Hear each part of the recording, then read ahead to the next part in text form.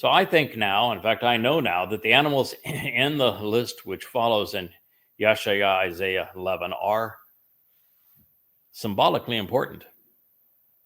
They convey concepts which help us understand the players and their affinities as we enter the last days. For example, the Zeeb wolf is representative of Christianity and the trouble it has caused to Jews while leading the world away from the realization that Dod is the Kabesh, the lamb who fulfilled Passover. As we move forward, the Nemir is the most challenging of these terms. It is a black panther and a camouflage leopard. It, however, is most closely aligned linguistically with the Nimrod.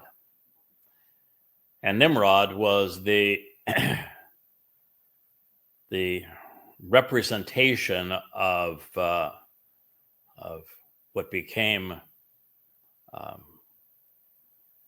Osiris and Dionysus, and Bacchus, Tammuz in the Babylonian religion, and later the myth of the Jesus Christ character. He is the one who was killed and resurrected at this time of year. He and his wife claimed to be the mother of God and the queen of heaven when she claimed that the sun impregnated her during the vernal equinox on an Easter Sunday, and commemorating Ishtar, such that 9 months later on the winter solstice, December 25th, she could give birth to the son of the sun.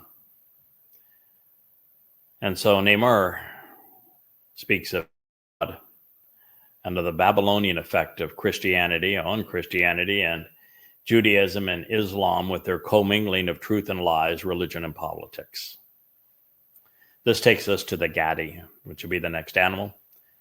This goat represents Elia, the prophet famous for his sparkling oratory against religion and politics, and especially his opposition to the Lord of Babylon and the Mother of God myths also emerging from Babel.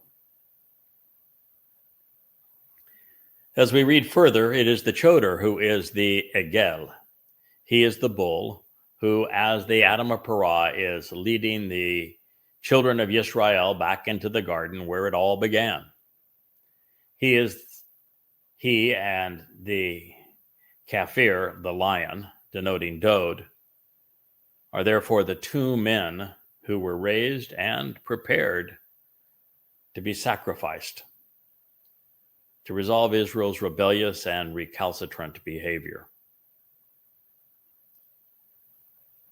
As we progress, the Ne'ar Katon, which is properly translated as the younger servant, who is readily determined and known as a slightly less acclaimed man. Well, he's the Choter again.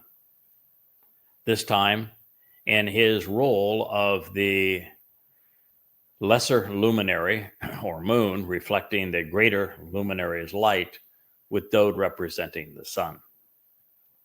While the Bashar bodies of both men are sacrificed to fulfill Pesach and Teruah, the lesser known and younger of these two serves as the king's Bashar, herald. While I may be the same age as Dod when he passed away in his first life this year, still, I am a scant 3,000 years younger than my king, so this would serve as the younger of the two.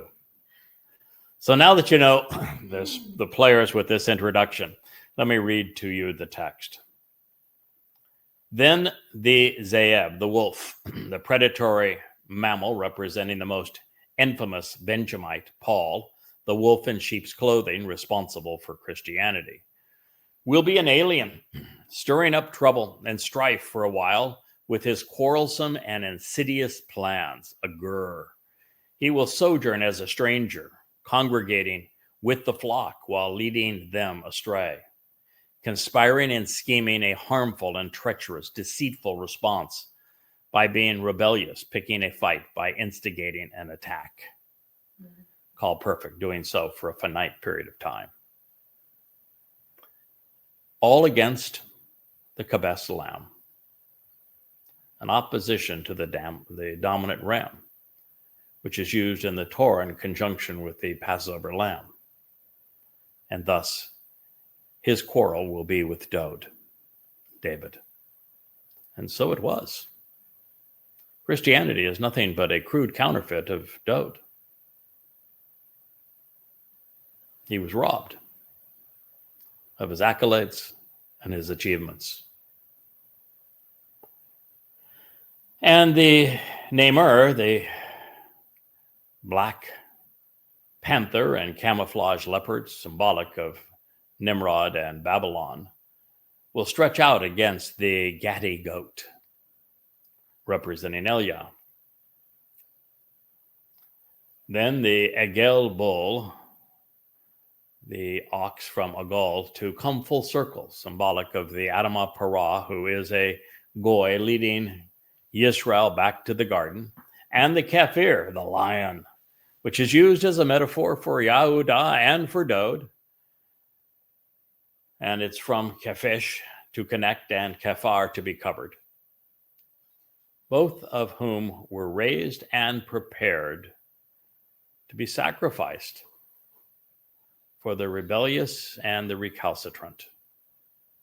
While merry, they were weaned and prepared for the resistant and embittered, such that they will be together at the same time. And we will.